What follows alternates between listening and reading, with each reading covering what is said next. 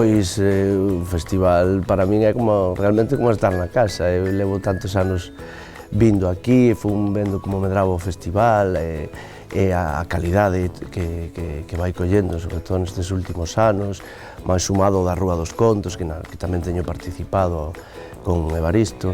Para min é como estar na casa, realmente é unha xente, eu son bergantiñán tamén, entón síntome moi perto do Fiot e da xente do Fiot. Pois é unha cousa así xa como a festa do Percebe do Roncudo e tal, unha cousa estas cousas que aparecen case todos os anos e tal. Xa últimamente o ano que non vimos ao Fiot, dicimos, este ano por que non vimos ao Fiot? Porque xa vamos moito e teñen que ir outros. Entón, bueno, pois eso, xa temos unha especie de relación familiar, non, establecida co festival.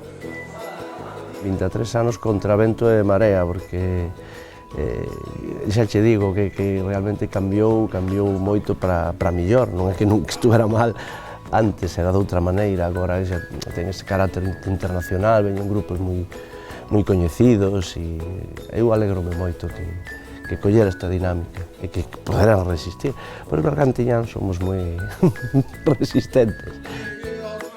Os clásicos pódense facer dúas cousas, que é arqueoloxía ou revisións. Son as dúas únicas cousas que se poden facer. A arqueoloxía pode ser interesante, pero é interesante hasta certo punto, como arqueoloxía para estudiantes. Penso que para o público máis interesante é precisamente a revisión do clásico, porque o clásico sempre pode ler, pode telo a través de películas, e sempre hai alguén que o represente máis ou menos tal cal era, que tampouco, porque as pezas do barroco son prácticamente imposibles de representar hoxe en día, porque estaban feitas con outros materiais, outras cousas e tal, e hoxe darse outro tipo de estéticas, compras escenografías nos chinos, antes non había chinos, habíaos, pero estaban na súa terra. Con isto do título Bobas e Galegas é unha idea de Kiko Cadaval, para que nos encargaron do Festival de Almagro, e claro, estaba baseado Bobas e Galegas, ou podía ser Bobos e Galegos, realmente, porque eso é o mundo dos criados no século de ouro, que casi había unha gran maioría que eran de Galicia e que sempre nos tuveron así, ao non coñecer o idioma, pois quedábamos como un pouco de parvos, e van por aí os tiros. É un falso título, nin tan bos, nin tan galegos.